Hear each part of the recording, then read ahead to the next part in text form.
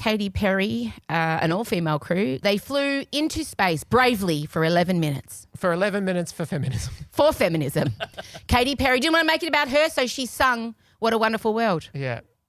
Can you imagine being in that fucking spaceship? Oh, God. And listening to Katy And Perry she starts singing. Yeah. A Louis Armstrong song. Ma'am. No. Stick to your lane. Yeah. You are not Beyonce. Yeah. You are not Aretha. Yeah. You are not Cynthia. If anyone has earned the right to sing in space, I don't know if it's you. No.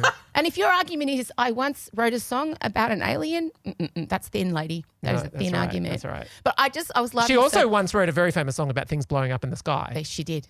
Thank God that wasn't a manifestation. Thank God she wasn't a plastic bag floating through the wind. That's right. So can you imagine? Let's all be inside the spaceship, right? Whereas we're terrified. Am I wearing a form-fitting you're in a blue slinky suit? Stunning, belted. Like a sexy Star Trek character? Definitely. How much makeup do I have on? Full face. Okay, cool. Glam. Have I tongued my hair? Absolutely. Yep. 3 hours of glam. Yeah. Set female astronauts back 50 years just with your mascara.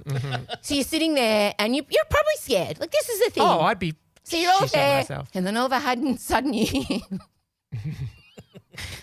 I see trees of green. And you're like, what the fuck? I would think. No. Is Red roses too. And then you're like looking at, is she? The fuck she's singing? I would expect Gal Gadot to come in and harmonise as per her imagine. I would have loved that as a reveal. Yeah. Yeah.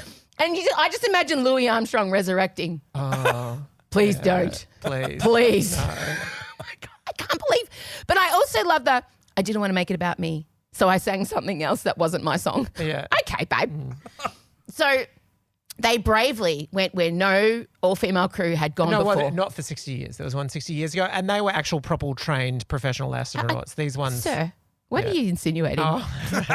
How dare you? Question. Are There were some qualified people on it, of course. And of course, their names are nowhere to be found. No, of course not. I mean, I think the whiff of publicity stunt for Jeff Bezos is hard to get out of your nostrils with this one. Oh, yeah. Yeah. This was a man who, in the name of feminism, sent his partner, a pop star, a very famous person's best friend, Yeah. and 3 other women who we know were qualified, but their names escape us, into space in a dick-shaped ship, fully made up.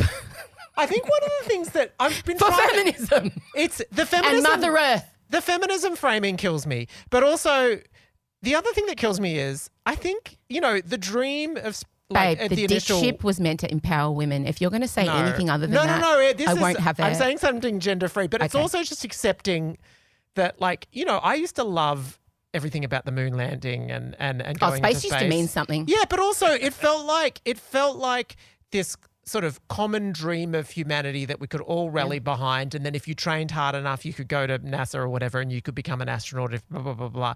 And then now we've hit an age where it's just available to the highest bidder, and there's something that's so depressing about. So in our lifetimes, people will get to go into space if they're fucking rich. And I know a few people there. Have been deigned to be chosen to go because out of qualifications. But the fact that it has turned into a plaything for billionaires, Billionaire-funded space travel. It does feel like the death of the dream.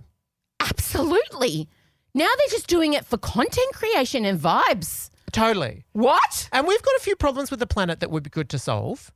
And look, there's a few things going on down here. Probably. I mean, I did find it interesting that Katy kept proclaiming it was for Mother Earth and really not thinking about the environmental implications of launching a whole rocket ship into the atmosphere. Yeah. I feel like there's a bit of emissions happening there. Yeah, I would love to see if she clicked the carbon offset little thing like you do on your Qantas tickets. Did she do How that? much that was? Did she pay for the carbon offset of launching that fucking dick into space? She did release her set list. Did you know that?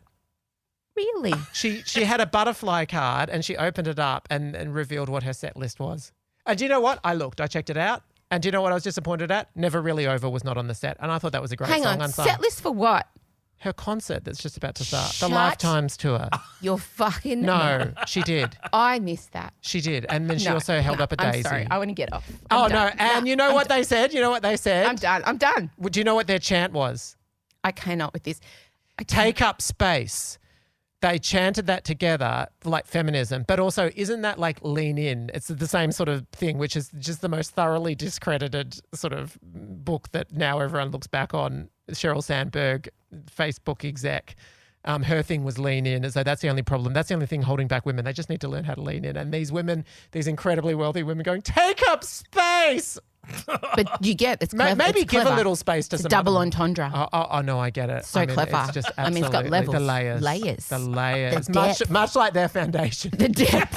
About as much depth of the contouring. She is so tone deaf that even I cannot find the silver lining in the irony. Like oftentimes when someone is ironically tone deaf, I can get along with it. I'm like, okay, cool. Oh, Barbara. Exactly. Often. Zero self-awareness Madge as well plus diva drift into that. can often bring me joy. Yeah. Right?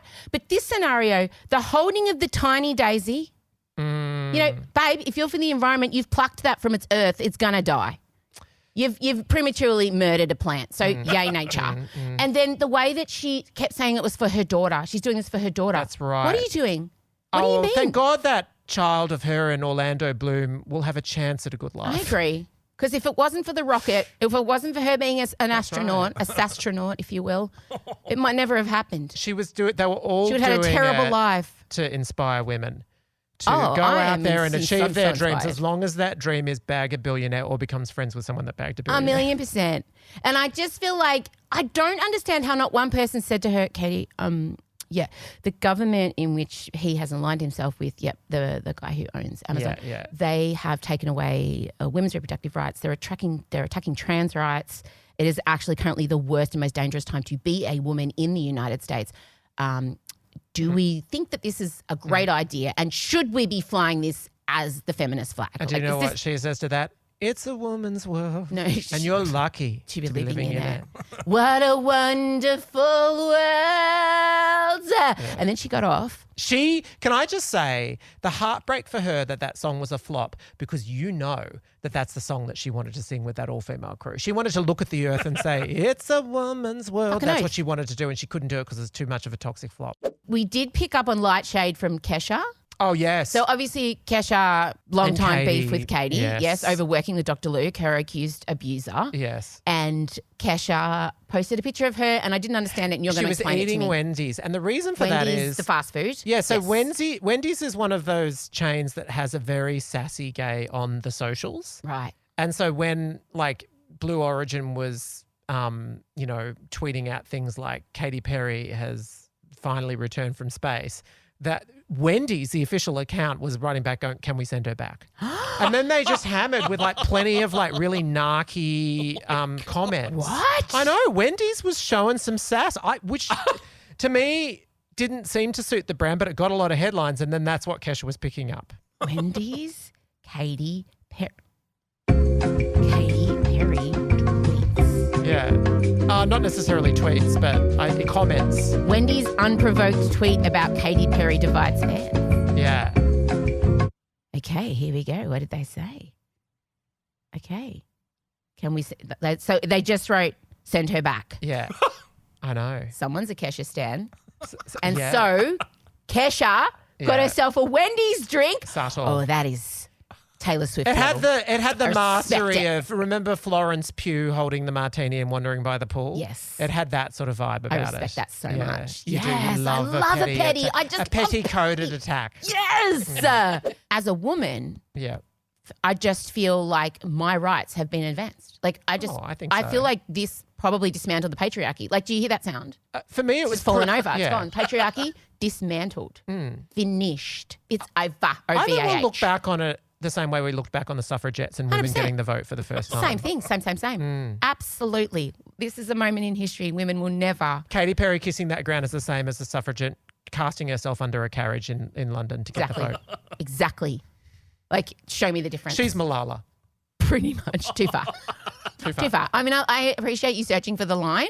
Thank you. But I think you may have straddled it, crossed it. We've overpeaked. Yeah, it's gone.